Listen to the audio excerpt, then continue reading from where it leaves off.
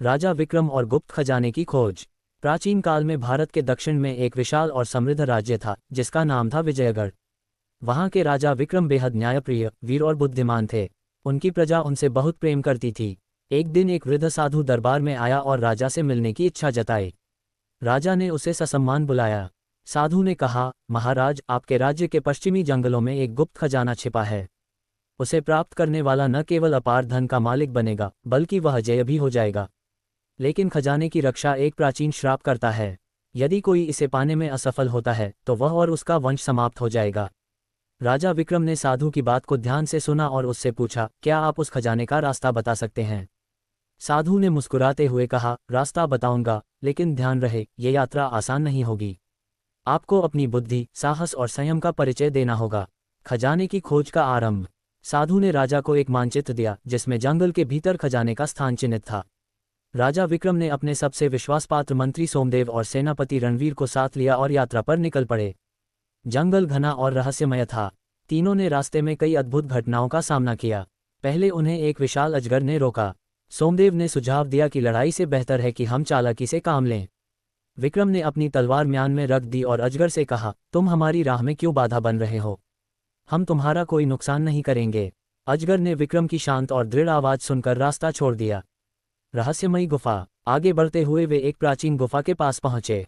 गुफा के द्वार पर एक पत्थर की पट्टी थी जिस पर लिखा था, जो लोभ करेगा वह खजाना नहीं पाएगा, जो भय करेगा वह जीवन नहीं बचाएगा। गुफा के भीतर प्रवेश करते ही एक अद्भुत प्रकाश हुआ और वे एक अन्य दायरे में पहुंच गए।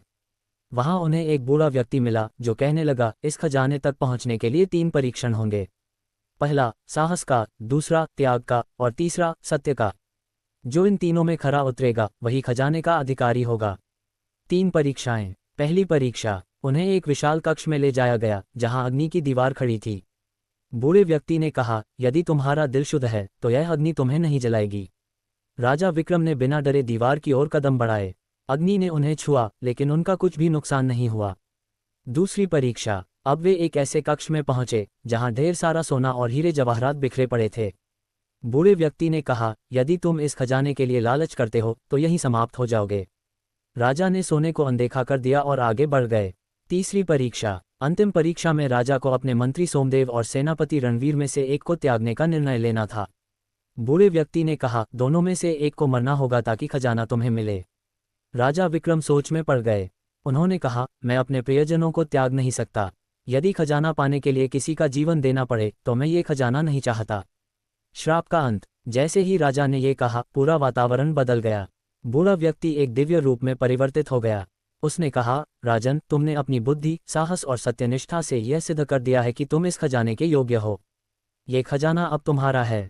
साथ ही तुम्हारे राज्य पर जो श्राप था वह भी समाप्त हो गया। राजा विक्रम खजाने के साथ विजयगढ़ लौटे। उन्होंने खजाने का उपयोग अपने राज्य की भलाई और प्रजा की सुख समृद्धि के लिए किया। उनके न्याय और त्याग की कहानियां आज भी सुनाई जाती हैं। समाप्त।